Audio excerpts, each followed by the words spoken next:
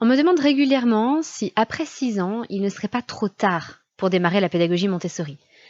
Alors, il est vrai qu'on entend surtout parler de ce qui est proposé aux enfants entre 3 et 6 ans, parfois aux plus petits, entre 0 et 3 ans, et il n'est pas toujours facile de savoir par où commencer après 6 ans.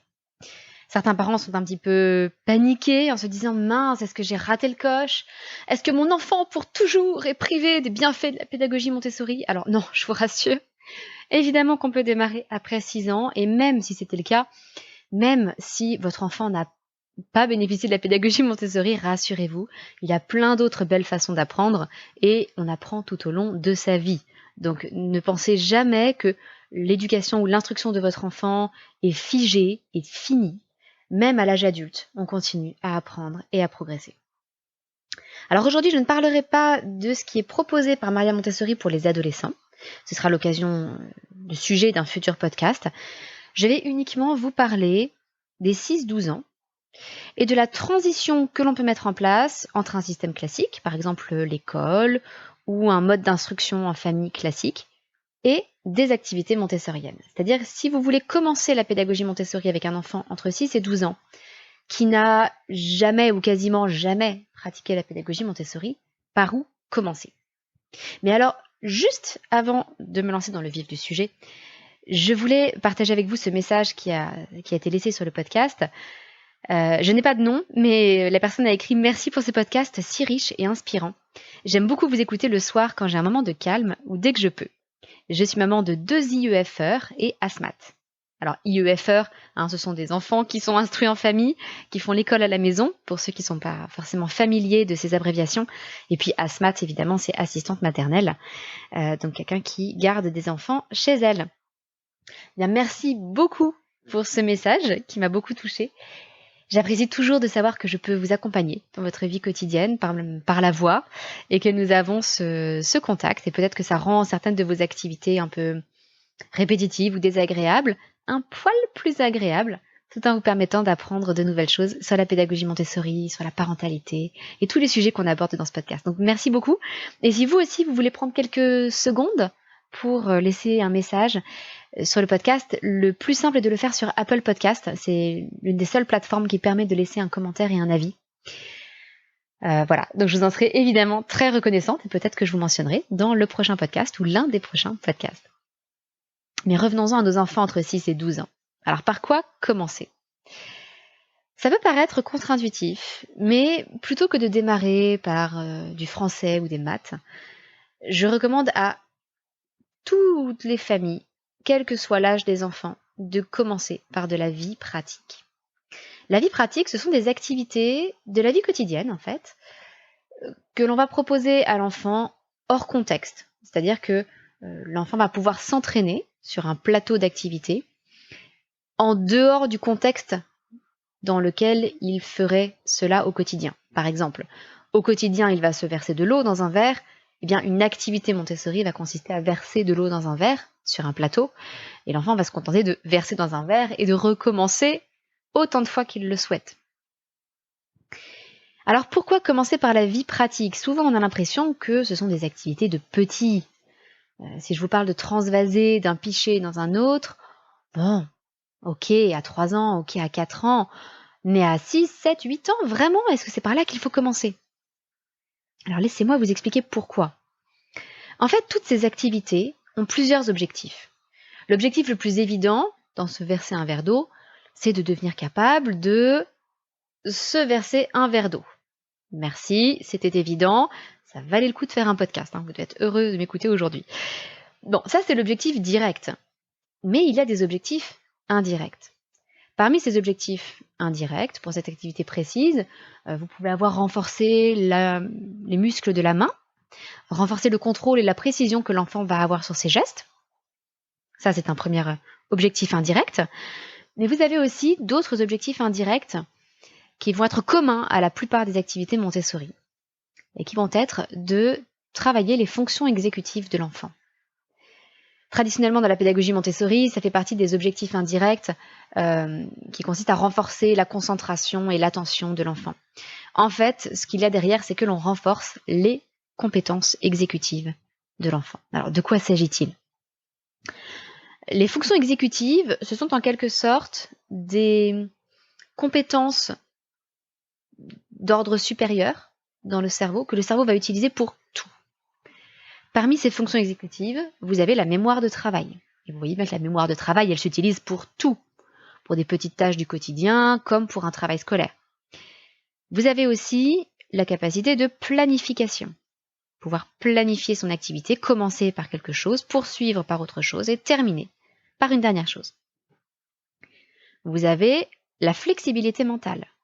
La flexibilité mentale, c'est par exemple ce qui fait que on va tenter quelque chose face à une nouvelle expérience, on fait un essai, et puis on regarde les conséquences de cet essai. Si les conséquences sont positives ou si l'on a réussi, eh bien on va recommencer la même chose. Si on a échoué ou si les conséquences sont négatives, c'est la flexibilité mentale qui va nous faire changer de comportement. En gros, on va éviter de répéter les mêmes erreurs. Mais pour ça, il faut trouver de nouveaux comportements. C'est de la flexibilité mentale. Vous avez aussi la faculté d'attention. Bon, ça tout le monde voit ce que c'est, d'être attentif à ce que l'on fait. Et puis, le contrôle inhibiteur. Le contrôle inhibiteur, les tout petits enfants en sont totalement dépourvus. C'est ce qui fait que si vous les laissez devant un gâteau et que vous leur dites « Attends-moi dans 2 minutes, je t'en apporterai, si tu l'as pas mangé, je t'en apporterai un deuxième », eh bien, vous rentrez 2 minutes plus tard dans la pièce, votre enfant a mangé le gâteau. Les petits ne sont pas capables d'exercer un contrôle inhibiteur très fort. Donc, c'est quelque chose qu'il faut développer et qui se développe avec l'âge et avec la pratique. Le contrôle inhibiteur, c'est se retenir de faire certains comportements. La faculté de se retenir lorsqu'on a une pulsion. Eh bien, tout ça, ça se développe, ça se travaille. Et si l'enfant est stimulé normalement, avec des activités adaptées à son niveau de développement, et que l'on augmente petit à petit la difficulté, eh bien, il développe ses compétences de plus en plus. Le souci, c'est qu'à l'école, eh bien, la façon de faire ne conduit pas toujours à développer autant que possible ces capacités-là. Par exemple, très souvent à l'école, on change d'activité très fréquemment. On va faire 20 minutes, une demi-heure de français, puis 20 minutes de mathématiques, etc., etc. Or, les enfants sont capables d'une faculté d'attention beaucoup plus grande. Mais on a l'impression qu'ils ne sont pas capables de rester concentrés aussi longtemps. Donc on change d'activité très fréquemment. Mais du coup, les enfants n'ont jamais l'occasion de développer leur faculté d'attention, puisque pour ça, il faut au contraire augmenter la durée de travail sur telle ou telle tâche, sur tel ou tel domaine. C'est pour ça que dans la pédagogie Montessori, on favorise la liberté de choix des activités. Et le fait qu'un enfant, une fois qu'il a choisi une activité, peut y passer le temps qu'il souhaite. Même s'il va passer 3 heures sur la même activité. Tant que cette activité lui apporte quelque chose, on va le laisser faire. Donc justement, toutes ces activités de vie pratique, même si elles vous paraissent simples, elles ont un avantage. C'est qu'elles sont relativement courtes, pour les plus simples, et puis elles augmentent à la fois en difficulté et en durée. Mais justement, pour un enfant qui n'aura pas forcément développé totalement ses capacités d'attention, de contrôle inhibiteur, de planification, de mémoire de travail, de flexibilité mentale, eh bien c'est cette augmentation progressive de la durée et de la complexité des activités qui va l'aider à développer ses compétences. Exactement comme un muscle. Si vous n'avez jamais fait de sport ou si vous n'avez plus fait de sport pendant 5 ans et que vous voulez reprendre, vous n'allez pas reprendre avec des poids de 30 kilos. Vous allez prendre des poids très légers au démarrage, simplement pour activer un petit peu vos muscles. Mais au fur et à mesure, si vous vous contentez de ces poids très légers, vous finirez par ne plus travailler. Donc évidemment, il faut augmenter un petit peu la charge. Donc vous allez augmenter la taille des poids, des haltères, et restimuler un petit peu plus vos muscles pour qu'ils travaillent davantage. Et en augmentant petit à petit, vous allez développer vos muscles. C'est exactement la même chose avec ces fonctions exécutives. D'où l'intérêt, donc, de présenter malgré tout ces activités de vie pratique aux enfants entre 6 et 12 ans, même si l'objectif direct vous paraît déjà atteint.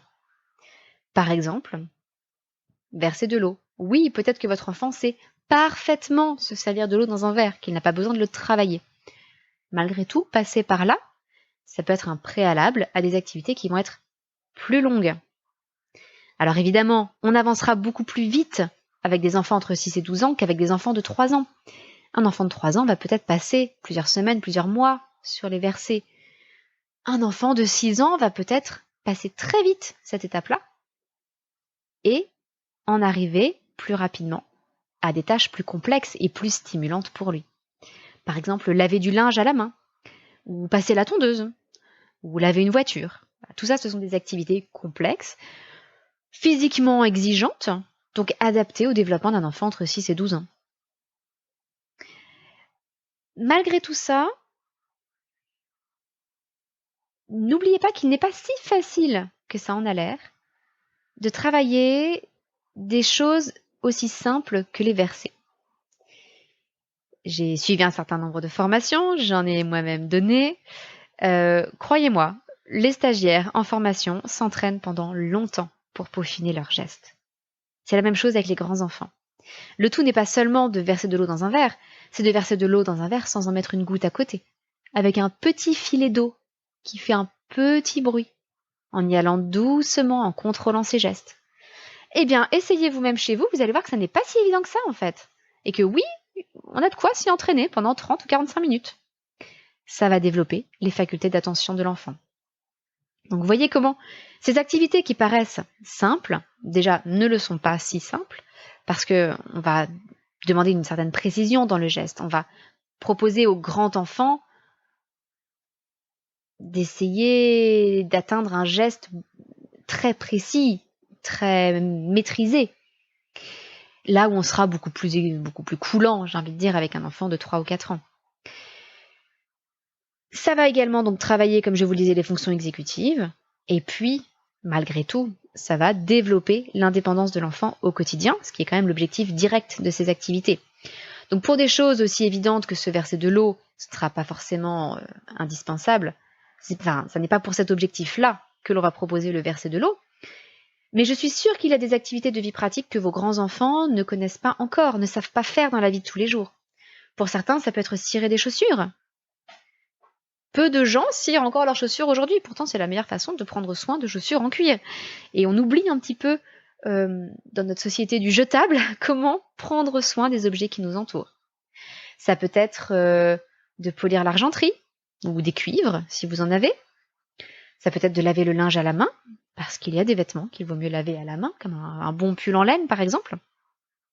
Tout ça, ça va développer l'indépendance de votre enfant au quotidien. Donc, la vie pratique, c'est la base, quel que soit l'âge de l'enfant. On va la travailler déjà chez les tout petits, en communauté enfantine, donc dès que les enfants savent marcher. On va beaucoup la travailler entre 3 et 6 ans, mais on va encore la travailler avec les enfants entre 6 et 12 ans, et c'est par là qu'on va commencer, si jamais on fait une transition avec un enfant de plus de 6 ans.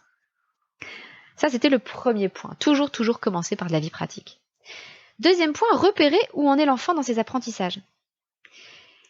Ça n'est pas parce qu'un enfant sait faire une addition ou une multiplication, c'est-à-dire qu'il connaît la technique opératoire, ça n'est pas parce qu'il sait faire ces opérations qu'il a réellement compris ce qu'étaient les nombres et le système décimal, par exemple. Parfois, l'enfant a simplement appris par cœur une technique, une méthode, la technique opératoire. Il retient qu'on prend tel chiffre à tel endroit, on le multiplie par tel autre, etc. Mais sans comprendre le sens profond derrière ce qu'il fait. Malheureusement, ça n'est pas satisfaisant pour les apprentissages. Pourquoi ? Parce que si à un moment donné, il ne fait plus de multiplication régulièrement, et qui aujourd'hui fait beaucoup de multiplication à la main, sans doute la plupart d'entre nous, eh bien s'il n'en fait pas pendant un certain temps, il va oublier cette fameuse technique opératoire et il ne pourra pas la retrouver parce qu'il n'aura pas compris le sens profond derrière cette opération et comment le nombre, avec le système décimal, se multiplie. Donc c'est important de vérifier si votre enfant a vraiment maîtrisé chacune des étapes qui mènent jusqu'aux opérations, aux 4 opérations. Est-ce que votre enfant sait réellement ce que représente 48 ? Qu'il s'agit de 4 dizaines et de 8 unités. Est-ce qu'il sait bien comment le placer, le situer par rapport à 39, par exemple ? Est-ce que votre enfant sait à quoi correspond un grand nombre comme 1734. Là aussi, est-ce qu'il sait le comparer à 1432? Je n'en sais rien. Tout ça, ce sont des compétences importantes pour l'enfant. Il y a beaucoup de compétences qui sont en fait des prérequis au calcul. Alors vous avez des termes un petit peu techniques comme la subitisation. Tout ça, ce sont des choses que j'aborde dans ma formation calcul, par exemple. Mais tout ça pour vous dire que il faut que vous regardiez vraiment en détail, si votre enfant a des cahiers, par exemple, ce qu'il est capable de faire et ce qu'il n'est pas capable de faire.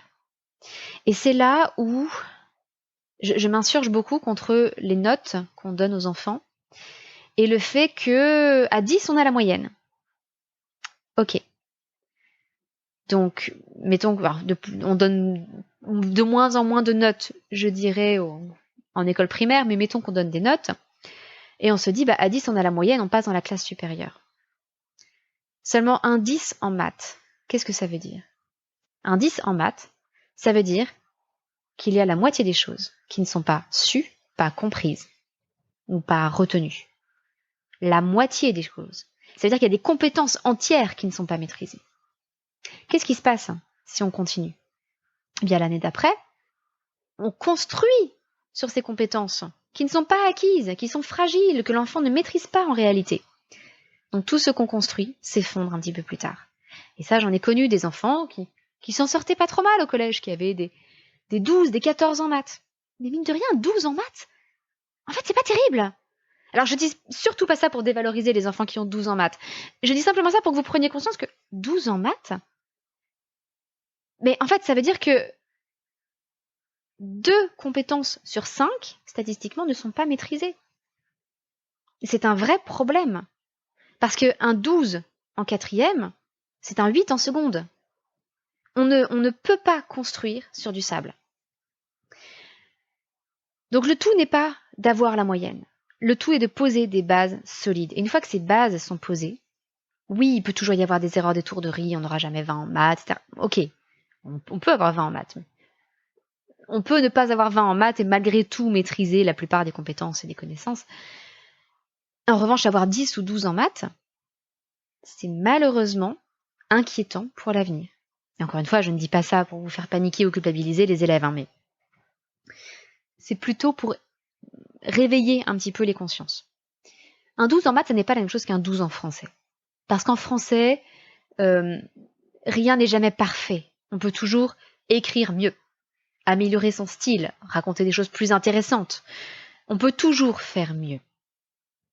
En maths, c'est une matheuse qui vous le dit, c'est assez basique, c'est-à-dire que la réponse est juste et bien justifiée ou pas. Alors, on peut mieux exprimer sa démonstration, mais ça va se jouer sur des quarts de points ou des demi-points. Il n'empêche qu'il y a une réponse qui est juste ou pas et un processus de démonstration qui est globalement juste ou pas. Mais venons-en au français. Ça n'est pas non plus parce qu'un enfant sait lire et écrire qu'il est bon en orthographe, ou qu'il a compris les subtilités de la langue, ou qu'il comprend ce qui est la nature ou les fonctions des différents mots de la phrase. Tout ça, ça demande une compréhension bien plus fine des choses.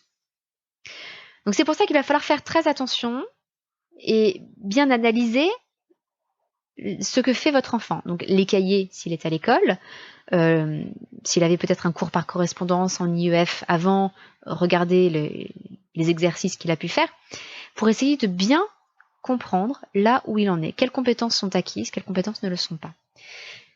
Et surtout, ne jamais laisser une compétence non maîtrisée. C'est-à-dire qu'on va revenir en arrière. Même si ça peut vous sembler loin en arrière, pour revenir creuser de bonnes fondations et couler de bonnes fondations. Et sur ces fondations-là, on pourra revenir construire des étages un peu plus hauts. Donc ça, c'est le deuxième point. Vous allez peut-être vous inquiéter parce que vous avez le sentiment de revenir beaucoup en arrière. Peut-être que vous avez un enfant qui est en CM1 et en fait, vous lui faites refaire des exercices de CP ou de CE1. Et ça n'est pas grave. C'est pour ça que la notion de niveau, elle est toute relative et elle n'est pas très importante. C'est surtout une question de compétence. Que sait faire l'enfant? Où en est-il? Qu'a-t-il compris? Et puis le troisième point sur lequel je voudrais insister aussi, c'est attention aux compétences sociales de l'enfant. Parce que contrairement à ce qu'on s'imagine souvent et à ce qu'on prétend, le contexte scolaire est peut-être ce qu'il y a de pire pour socialiser les enfants. Je le répète souvent, socialiser des enfants à l'école, ça veut dire les mettre dans une classe où vous avez 25 élèves, je parle de moyenne, 25 élèves qui ne sont pas encore socialisés, qui ne se comportent pas comme se comportent les adultes, qui se comportent un petit peu comme la loi de la jungle, et un modèle de comportement social correct, du moins on peut l'espérer, l'enseignant. Donc vous avez 25 mauvais exemples et un bon exemple à suivre. Et on espère que c'est comme ça que les enfants vont se socialiser? Mais on plaisante. Et on critique l'instruction en famille en estimant que ça nuit à la socialisation des enfants? Mais pitié! Donc non, attention, le contexte scolaire ne garantit pas, bien au contraire, l'apprentissage des compétences sociales. Je le vois cette année où mes enfants sont à l'école. Il n'y a pas une semaine sans que l'un de mes enfants ne revienne en me disant « Oh, il y a un tel qui passe son temps à crier et ça me fait mal aux oreilles et j'arrive pas à travailler. » Ça, c'est pour ma plus jeune qui est en moyenne section. Ou les plus grands « Oh, il y a un tel qui donne des coups de pied à tout le monde. Oh, il y a un tel qui a volé des billes à un autre. » Enfin, non, je suis désolée.